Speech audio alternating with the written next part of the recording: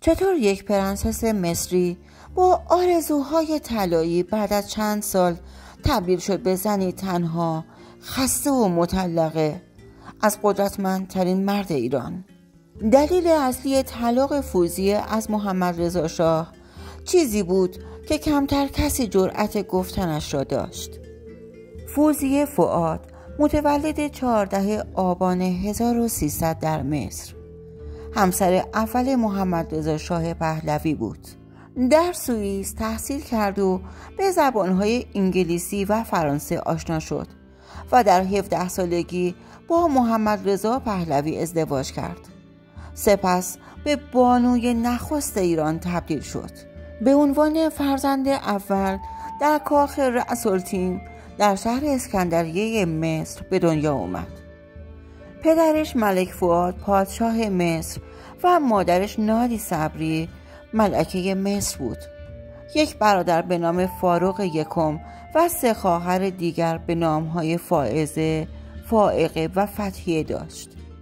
فوزیه تحصیلات خود را در سوئیس با یادگیری زبانهای انگلیسی و فرانسه گذراند و از نظر زیبایی با اغلب ستاره‌های زمان خود مقایسه می‌شد. از جمله دغدغه‌های رضا شاه در دوران پایان حکومتش گزینش همسری مناسب برای پسرش بود.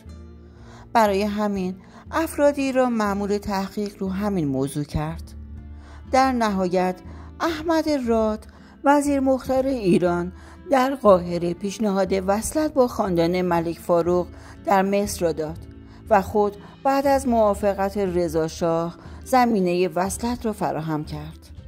در نهایت بعد از موافقت رضا شاه و پادشاه مصر و پسند این دو زوج 25 اسفند 1317 محمد رضای 19 ساله با فوزیه 17 ساله در قاهره پایتخت مصر با هم ازدواج کردند. این زوج از اونجا برای مدتی به ماه عسل رفتن و پس از بازگشت به ایران مراسم ازدواج دوباره با حضور مهمانان مختلف تکرار شد. یکی از مشکلات این ازدواج اصل 37 متمم قانون اساسی وقت ایران بود که در اون باید مادر ولیعهد ایرانی تبار باشد. به این ترتیب با دستور رضا شاه مجلس ملی در اقدامی بی سابقه با تصویب یک لایحه به فوزیه نه تنها تابعیت بلکه ملیت ایرانی بخشید. فوزیه که تنها به زبان عربی، فرانسه و انگلیسی مسلط بود، توانایی صحبت به زبان فارسی را نداشت و تنها راه ارتباط کلامی او با محمد رضا به زبان فرانسه بود. روابط او نیز منحصر به مهمانی‌های پرتکلف درباری که بیشتر سفیر مصر و مهمانان خارجی در آن حضور داشتن میشد.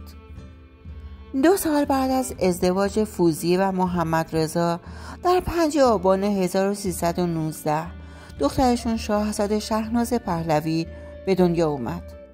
در سال اول محمد رضا و فوزیه در کاخ مرمر تهران زندگی می‌کردند تا اینکه 2 سال بعد در سال 1320 محمد رضا در 22 سالگی جانشین پدرش رضا شاه شد. با آغاز سلطنت محمد رضا روابط این زوج به سرعت تیره شد و در نهایت سال 1324 فوزیه طبق قوانین مصر از شاه ایران تقاضای طلاق کرد. این طلاق در مصر ثبت شد، اما در ایران به خاطر شرایط سیاسی و تلاش ناموفق برای بازگرداندن فوزیه 3 سال به طول انجامید تا اینکه صیغه طلاق در نهایت جاری شد.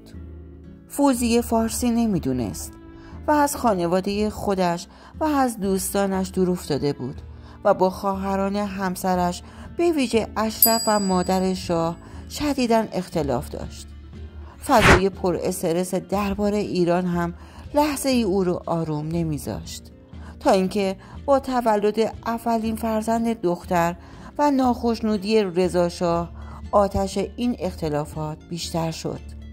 فوزیه برای بار دوم در سال 1329 وقتی 29 سال داشت با اسماعیل شیرین وزیر دفاع و فرمانده سابق نیروی دریایی مصر که از بستگان دور خود بود ازدواج کرد. ثمره این زندگی یه دختر به نام نادیا و یه پسر به نام حسین شد. در نهایت 1331 فوزیه که در سال سوم ازدواج دوم خود بود با کودتای سلطنتی علیه برادرش مواجه شد. به همین دلیل عنوان شاهزادگی ازش گرفته و ثروتش نیز مصادره شد، اما حاضر به ترک کشورش نشد و به همراه همسرش در اسکندریه به زندگی ادامه داد. فوزیه هیچگاه در طول عمرش در مورد دوران ملکه بودن در ایران مصاحبه‌ای انجام نداد و هیچ کتابی هم ننوشت که به اعتقاد مورخین ترس او باعث شد در تمام عمر سکوت کند.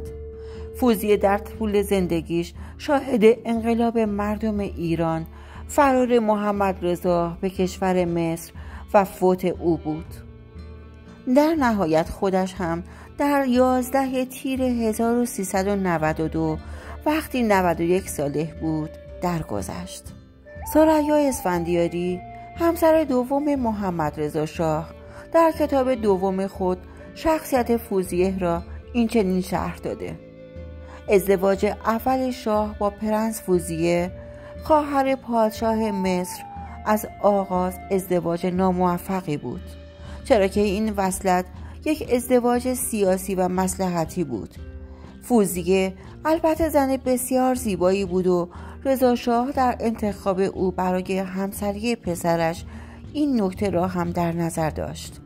اما باید اینم بگم که فوزیه در شکوه و تجملات دربار مصر بزرگ شده بود و از آغاز نسبت به دربار ایران به دیده تحقیر می‌نگریست. فوزیه هرگز زبان فارسی رو یاد نگرفت و با اعضای خانواده شاه هم نجوشید. سرانجام روزی تصمیم گرفت که به بهانه دیدن خانواده‌اش از ایران بره، سفری که بازگشت نداشت و در نهایت به جدایی او از شاه انجامید. ازدواجی که قرار بود اتحاد دو کشور باشد به کابوسی برای یک زن جوان تبدیل شد. نظر تو چیه؟ آیا فوزیه قربانی سیاست بود یا انتخاب خودش؟